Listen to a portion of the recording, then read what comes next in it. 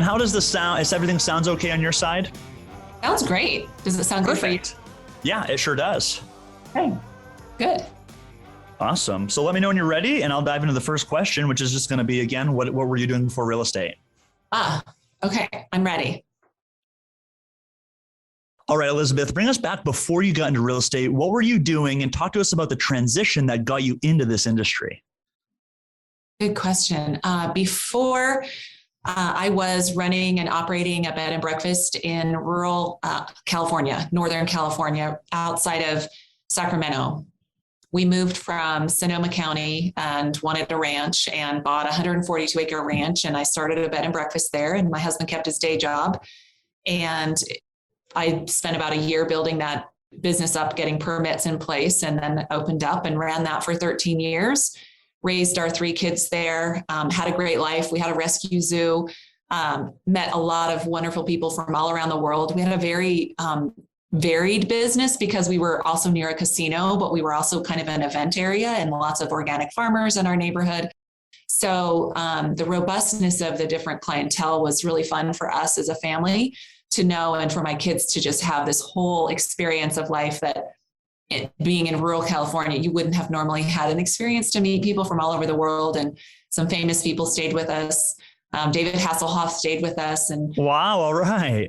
Yeah, it was really fun. He was so funny too. He has a great sense of humor. I have nothing but good things to say about him. That is so cool. Did I hear you say you had a rescue zoo? I feel like we have to just, what exactly does that mean? Tell us a little bit about what this zoo looked like. Yeah. So I met a friend. I always wanted to be a vet when I was a kid. And my dad said, oh, your math grades aren't good enough. So I was like, all right, I'll just, do this. I'll go into sales. So I went into sales and did a lot of different things. But I always liked animals and loved them. And so then when we bought the land, we're like, well, we need something to eat down all the weeds. So we got a flock of sheep.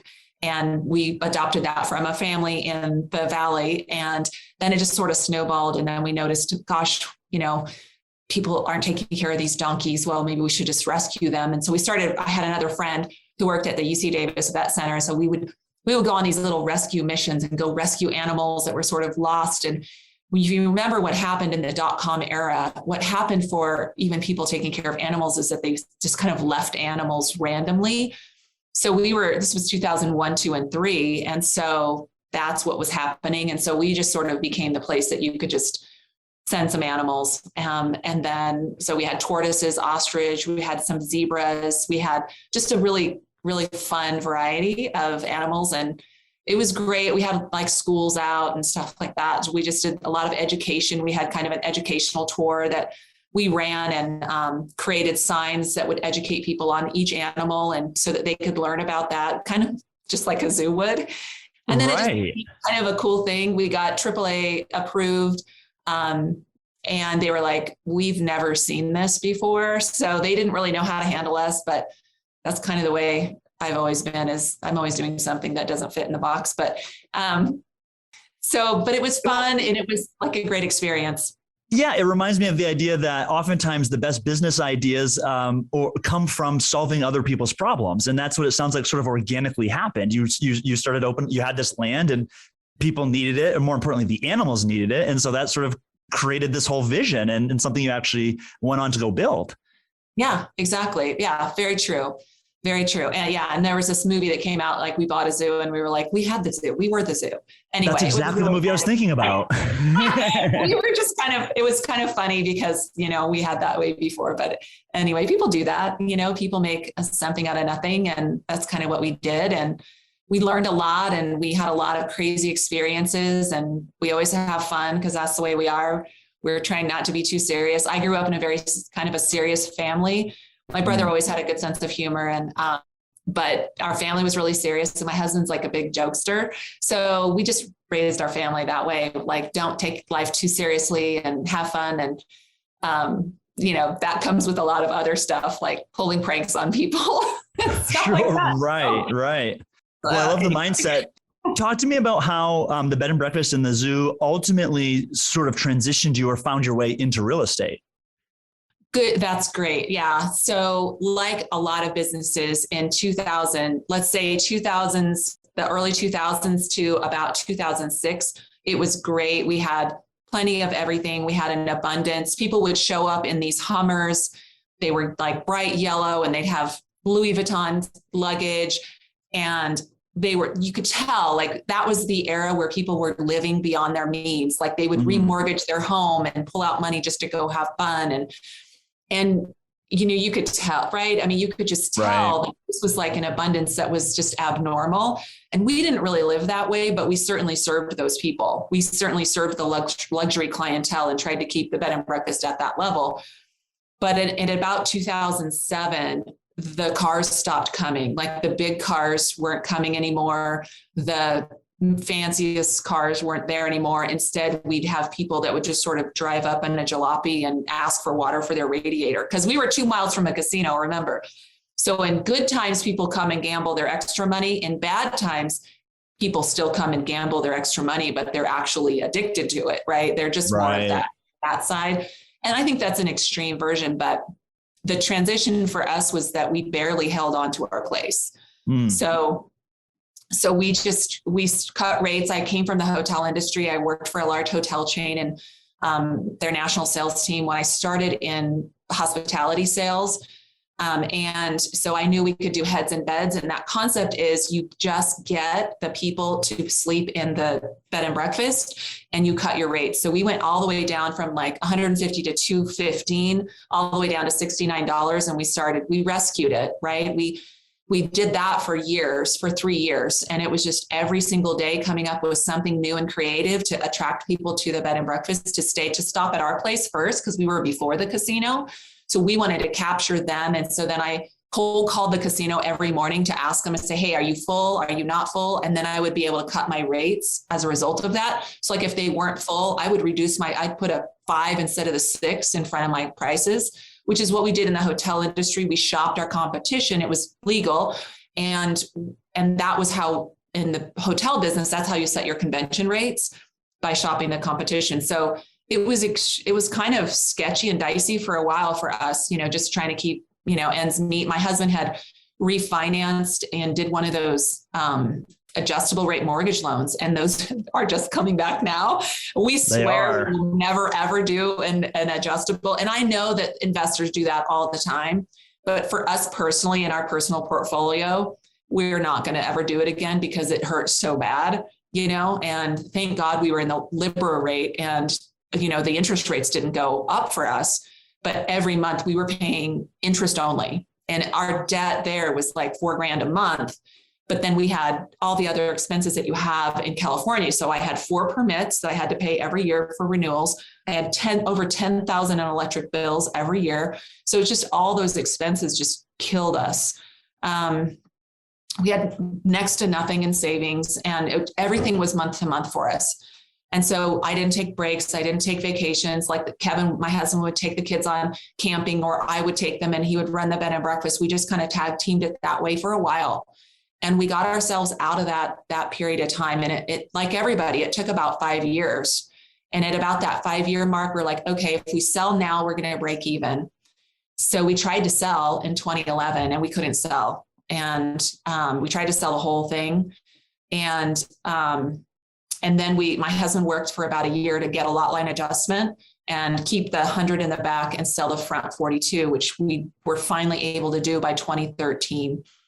And we basically broke even. And we were just, we don't care. Right. Time to get out. Yeah. And we had been real estate investors prior, and we had sold all of our other real estate investments to build the business. And so we're like, well, I'm going to go into real estate. So we asked these 2 agents to sell our property, and they actually asked us both to go into real estate with them. Well, my husband, being a high C, decided he was going to keep his day job and he would take classes, but he wouldn't quit his day job, which was a good move. And then I did real estate. And so I then was not with Keller Williams. I was with a small brokerage, and the brokerage said, oh, we're going to train you, and but that, how that happens. It never happens, right? So what happened is the internet was, strong and able. And I was watching all these videos on YouTube on how to be a real estate agent. And they were all Keller Williams agents.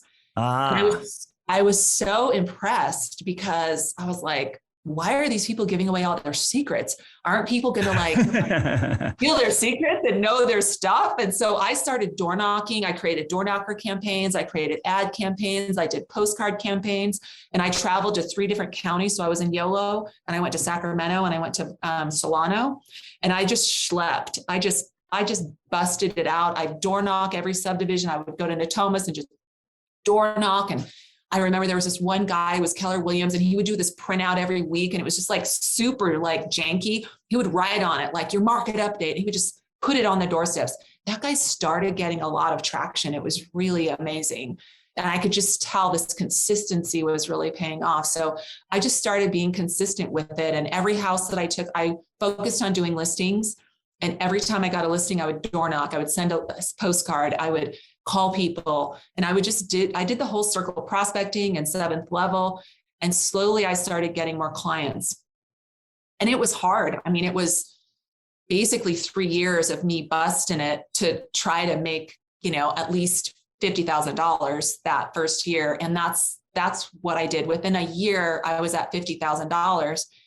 The problem in California is that my expenses were also like $20,000. Like the expense of the real estate down there is really, really a lot different, because you have to reach a lot more people. You have to do a lot more. And just being a single agent is very expensive. So talk to me a little bit about the thoughts that were going through your head this first year. So you're at the brokerage, they don't deliver the training. And just as a quick side note, that's oftentimes the number one reason why people or agents leave teams or brokerages is missed expectations, right? They think they're getting one thing, they're actually getting a different thing. So you start watching these videos. What's going through your head? What's your thought process as it pertains to the consistency that you mentioned and getting the results, and how that played out over those first couple of years? Well, it was the videos were saying, if you do this, X, Y will happen. And to me, it all seemed to fit together. Like, okay, you door knock, you're going to get a more opportunity. And I was a shy kid growing up, but I grew up with a mother who always pushed me to go outside my comfort level, and that it wasn't about me. And that if you get rid of your ego, then you can do anything. So I'm like, okay, well, what's going to happen if I try it and it doesn't work? That's okay. So in my mind, I'm like, well, just try it and see if it works and see if you can get traction. And if it does, if you do get traction, then guess what? You're on the right track. So that's really what was going through my mind. It's like, I can go through the step-by-step process and then have it work. And oddly enough, when I was 21, I went to work for a copier company and did door-to-door copier sales in the commercial division. And that was the same thing. They were all teaching me, and I went through these Tony Robbins cassette tapes. I listened to them yeah. 90s.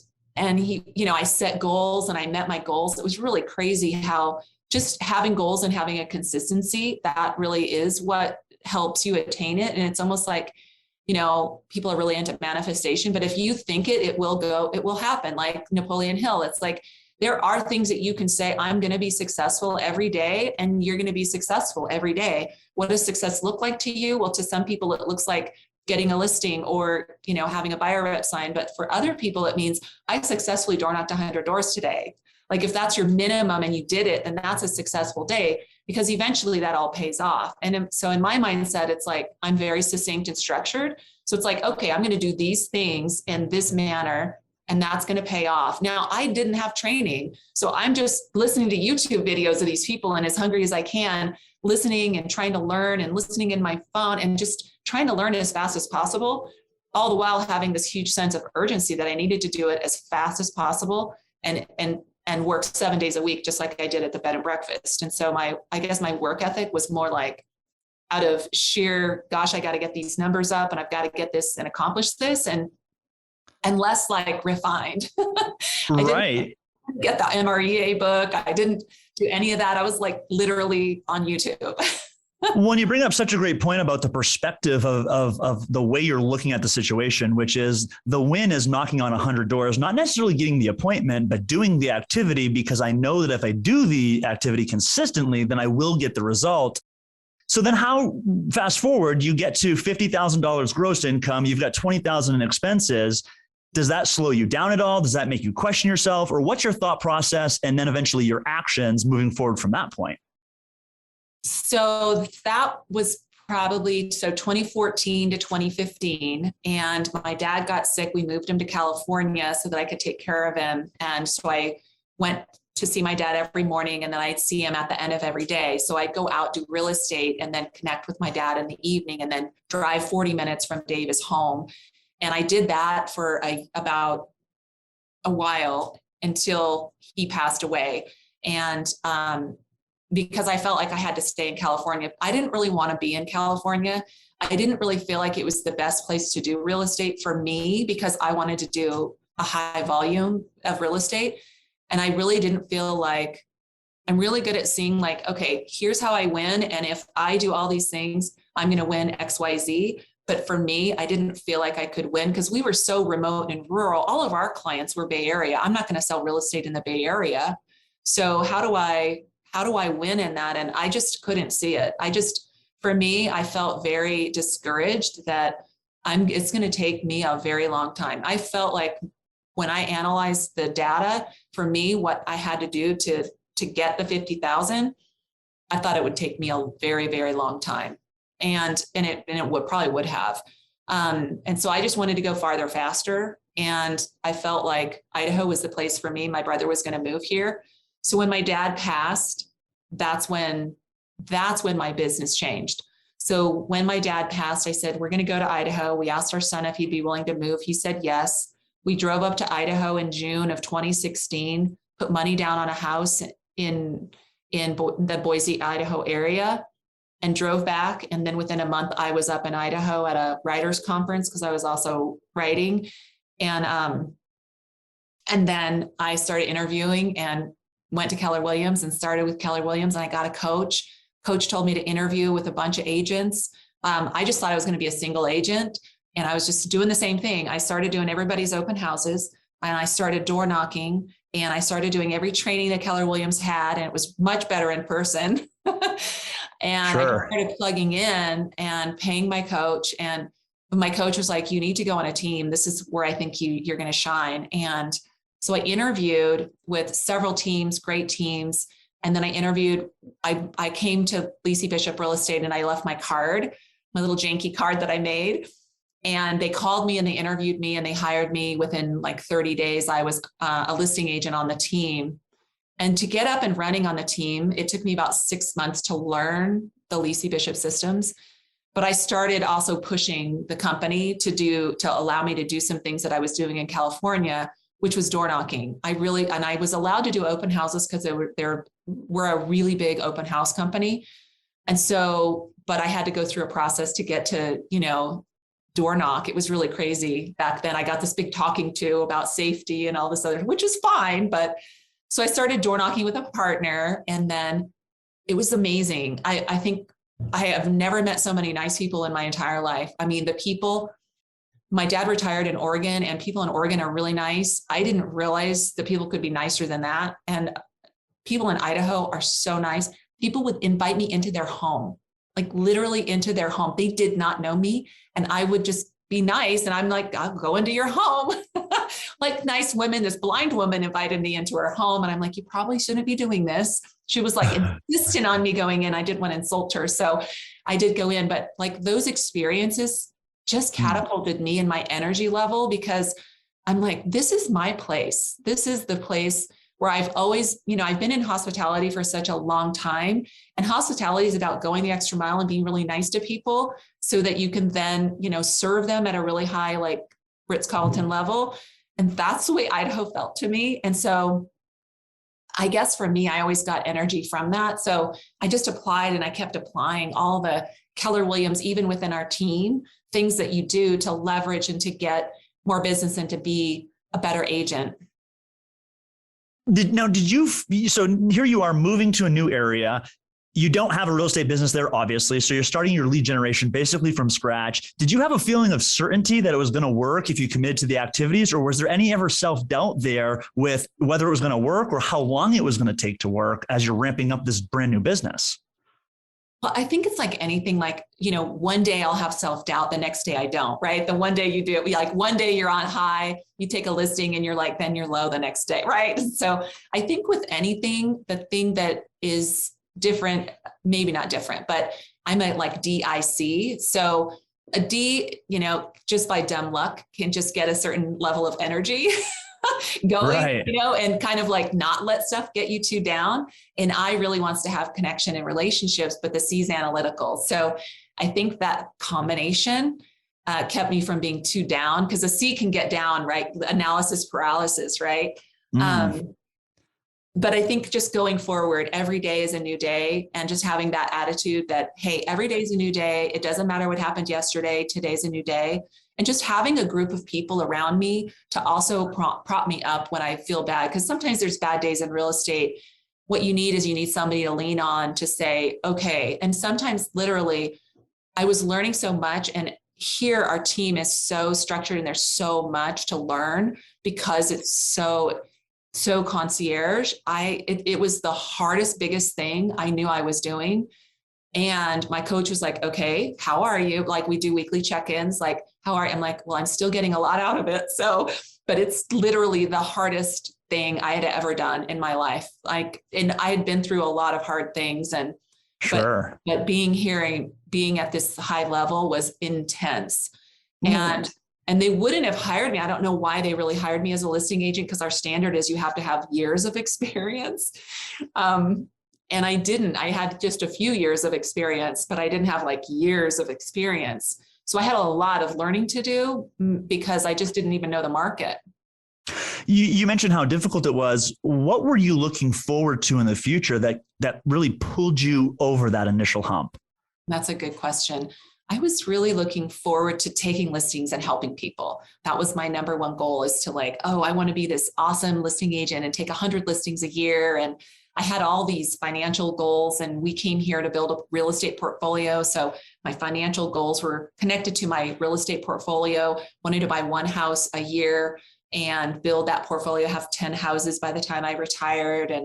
I'm like, I'm going to work till I'm, 70, but because I like it so much. I love it. Sure. That first year was really difficult. And I won't candy coat it. Learning at a very intense high level was incredibly stressful for me.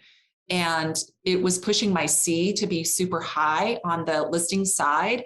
And every day I was really exhausted at the end of every day, because, my adaptive style was having to adapt to being super high C. So I did find that was a little too intense for me. And so I had an opportunity to leave the company after a year. And there's always this idea that there's a greener pasture, that, hey, so as soon as I was released to take listings, what they teach you here and what I learned here, it all worked. Like, I was able to take listings like no other. I mean, it was crazy. I'd go out, take a listing, it was so much fun.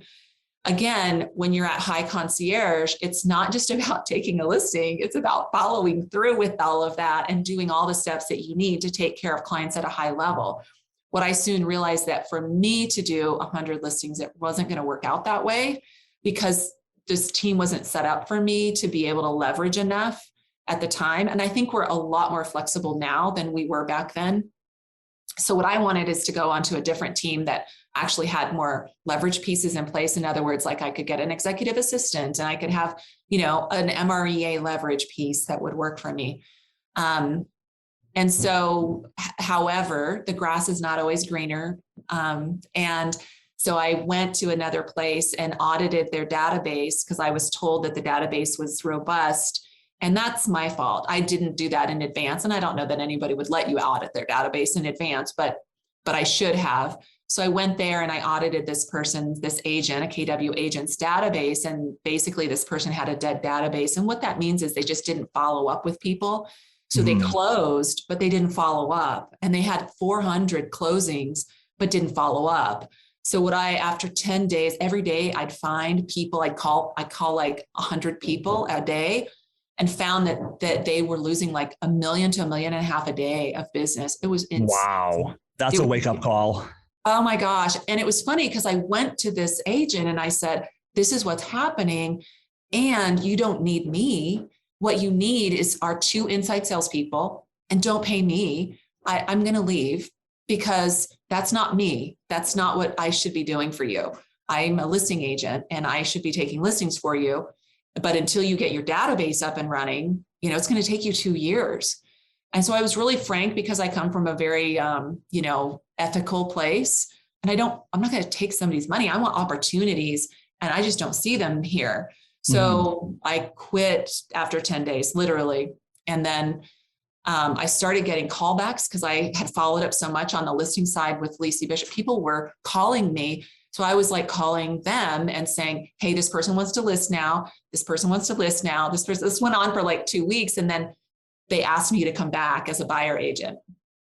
Got it. So before you move on, there's a couple of things. So there's an interesting statistic around what you're talking about around nurturing the database. This comes from the National Association of Realtors that 90% of buyers and sellers say that they would use their real estate agent again, but only 29% of sellers and 13% of buyers ever actually do. And the number one reason for that is exactly what you just outlined, a lack of follow-up. We sell a house and we forget about them. And that's the easiest and most cost-effective business to convert. And so I just wanted to double down on that lesson for our listeners. The follow-up game is where you are going to eventually build that consistent business that leads to consistent revenue each and every month. Yeah. And to piggyback on that and to add to that, to stack on that. So keep in mind, remember, I didn't have a sphere of influence when I came here. I knew like 3 people. So I was on the listing side and basically just door knocking and doing open houses, right? Went away, came back as a buyer agent and didn't have any leads. I had nothing. They didn't give me leads. I had to go get my leads. So then I started building a database and I started doing some things to leverage my database. So I started and asked them, hey, what's happening to all these open house leads that nobody wants? Well, nothing's happening to them. They're just going in this big, lead bin and nobody's following up with them. Great. Can I have them? Sure. Are you going to follow up with them? Yeah, I will. I promise. So I did. So I would get 4 or 5 leads every week on a Monday from open houses. I was doing my own open houses. And then I put them into a system. I created a system so that I could follow up with them in a big way. So whatever area I met them in and whatever area these people came in on, I would send them a weekly touch base email or set them up on a search on MLS. And then I just started doing that. And in 3 months, I had my first conversion. And then by my first full year as a buyer agent, I had 28 closings. Not bad. Not bad. Not bad at all. Yeah. Right, not bad. Right. For throwaways, right. As you put them.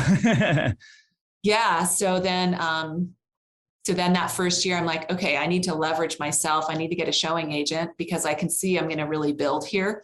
By then I had read the MREA book and I'm like, I need to get a showing agent.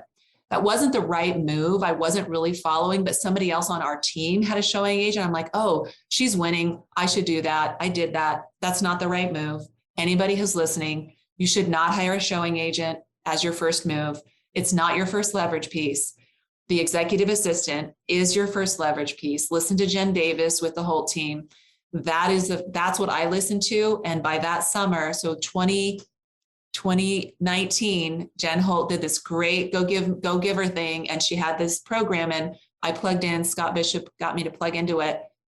And by that summer, I had an executive assistant that I hired who actually happened to be my daughter. And she was working at Patagonia, who has an incredible client care and customer service program. And I started leveraging and I doubled my business. Wow. Crazy. I just want to reemphasize what you said, Elizabeth, because I hear a lot of agents, and it seems like it's happening more often now. They think their first piece of leverage is hiring that showing agent, buyer agent, whatever the case. And exactly what you just described is also outlined in the Millionaire Real Estate Agent book, which is your first 2 hires or administrative hires. And that's, and you doubled your business, and that's where your profit margins are the highest because you're not paying another real estate agent, you're paying an administrator.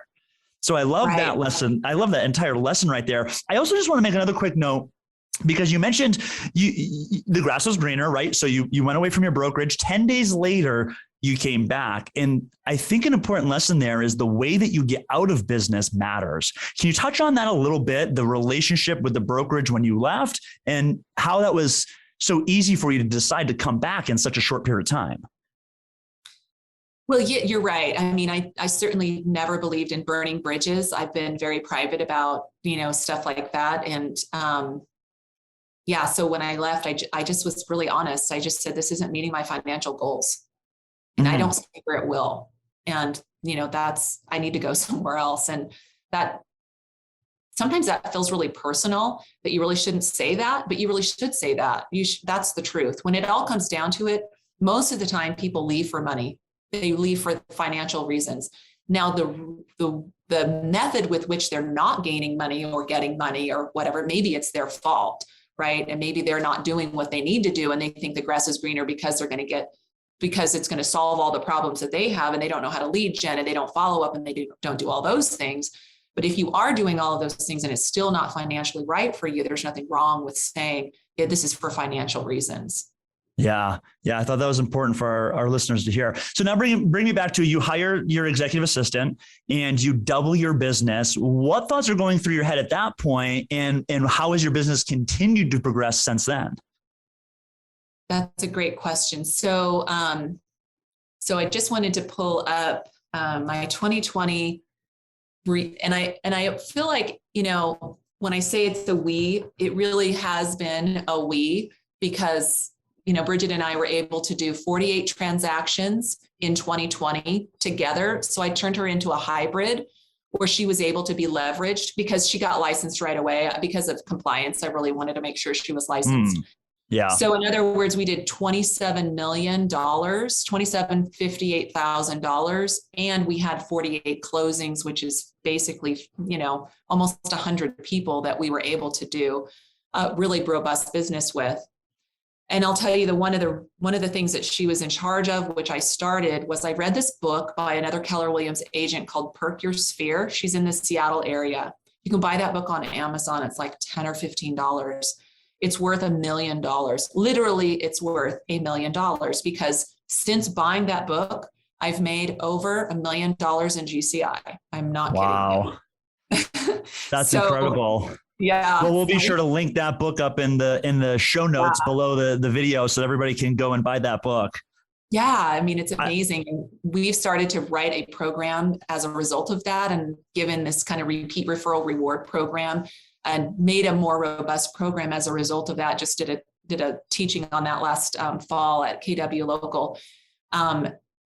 But that is also kind of like what I knew, like it's that MREA thing, like 25% of my business needs to come from repeat referral. How do we do that?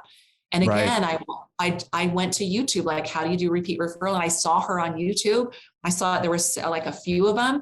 And then she had this book. And so I was like, I'm going to go buy the book. So bought the book. It was real thin, but that's what helped build the business. And Bridget was in charge solely for that, creating monthly events, weekly outreaches to the repeat referral, and then doing giveaways. And since then, like, we have a May event. We're doing a big barbecue downstairs. And this is just within our team. We have a team within the team, and it's just within that. And we are inviting, over 212 families that we've helped to sell real estate since I started as a buyer agent on the team in fall of 2017. So that's awesome. Yeah. I also understand that you are the VP of Training and Growth now. Tell us a little bit about how your very obvious success that you just outlined led you into this position, and why that was a position you decided to take on. Good question. So what's important to me is teaching and training and having systems in place. And Lacey Bishop is really great at systems, but we didn't have anything on the buy side. So what I was doing is stacking all these systems in place for the buy side, but I built a team within the team, and it just organically, there was a hole on our entire team, on the Lacey Bishop real estate team. And that hole was, we would take a lot of videos, have a lot of training, and shove it into the drive and not have anywhere to find it. We did ad nauseum. So many beautiful things that Lacey knows, and she's been in business for 30 years. She's been a top producer for years and years and years with Keller Williams, but we didn't have an organized way to delineate it back and teach it and train it so that she doesn't have to keep repeating herself. And so there was a hole, and I worked with the company last year to do expansion, because I said, hey, again, I'm kind of like a pusher. So I'm like, I want to do expansion. And at the end of 2020, I said, I want to do expansion. Are there opportunities for me? Blah, blah, blah. Here we go. And so Scott and Jody's our CEO. Scott's our VP or president of vision. And they're like, yeah, let's do it. So we spent about 10 months looking at our business and saying, hey, we want to do expansion. The problem with expansion is that you have to have something to offer agents. So you have to have a training program.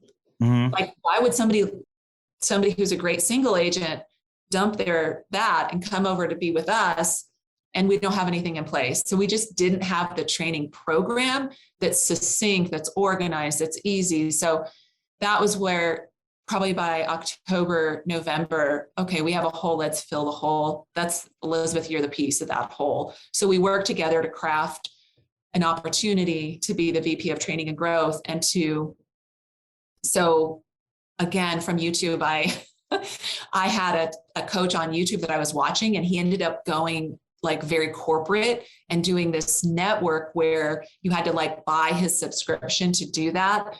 And so I said, hey, we need to get this guy to coach all of us agents. So Jody and Scott were like, okay, why? And so I was like, here's why, and here's how he will help. And so Jody worked with this coach. So we have this international coach, and he's using this platform that's much like a social media platform. And I'm like, okay, this is the platform we need. We need this for us.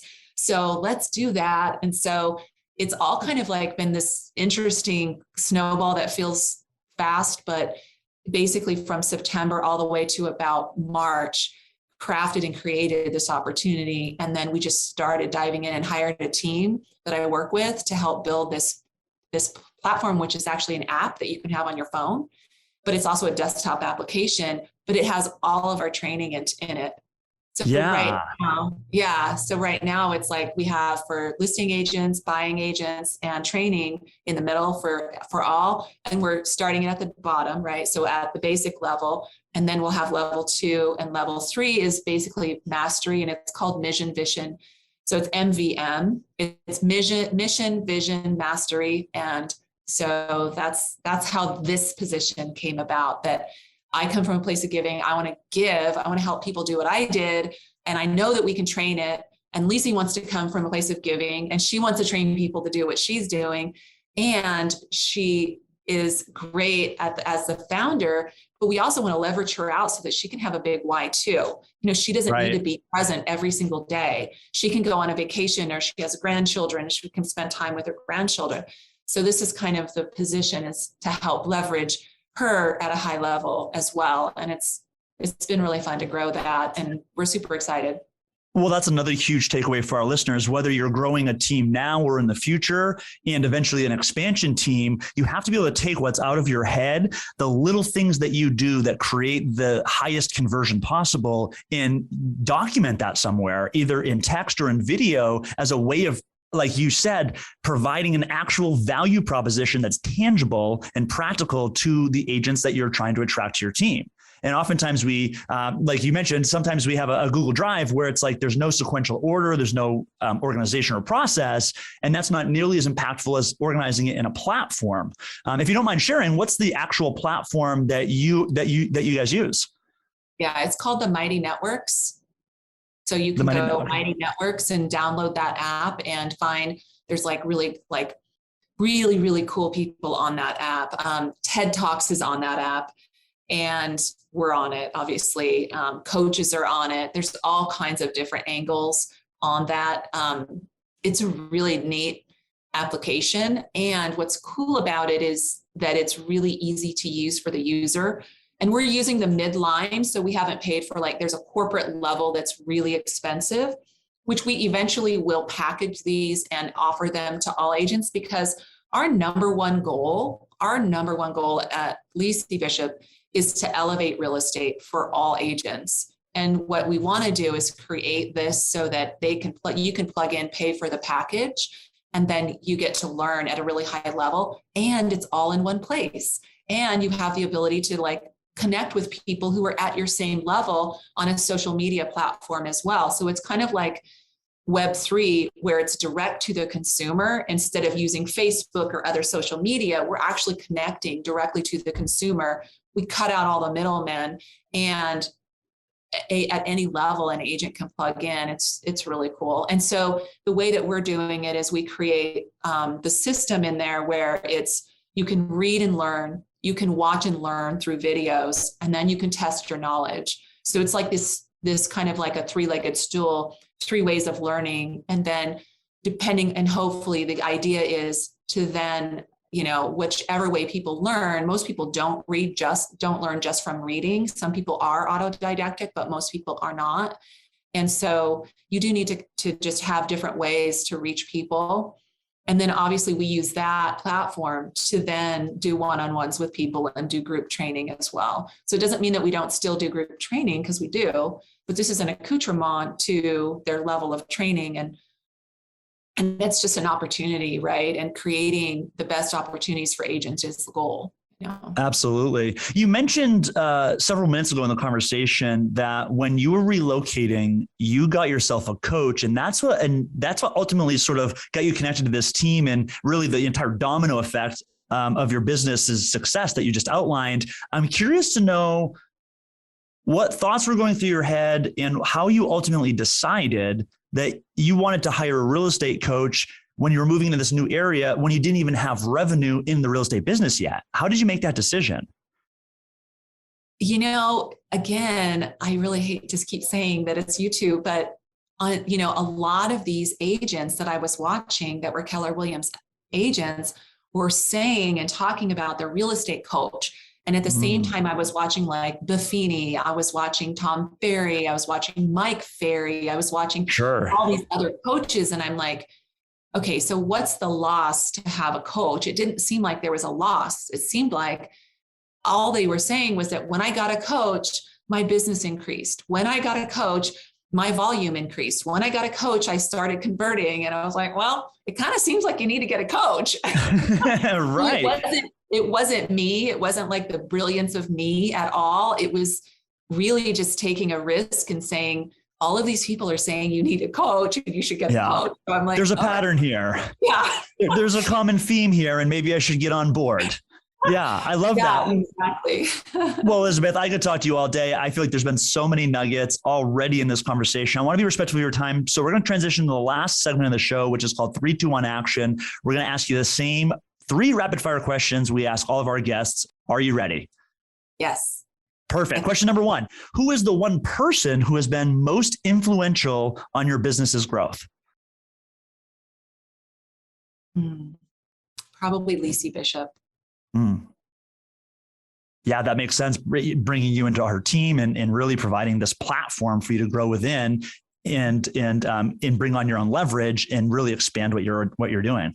She is so generous. I mean, beyond generous, really. That's awesome. So find a leader, find a coach.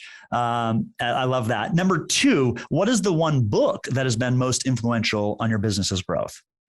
The MREA book. And we didn't coach you to say that, but we get that answer a lot on this show.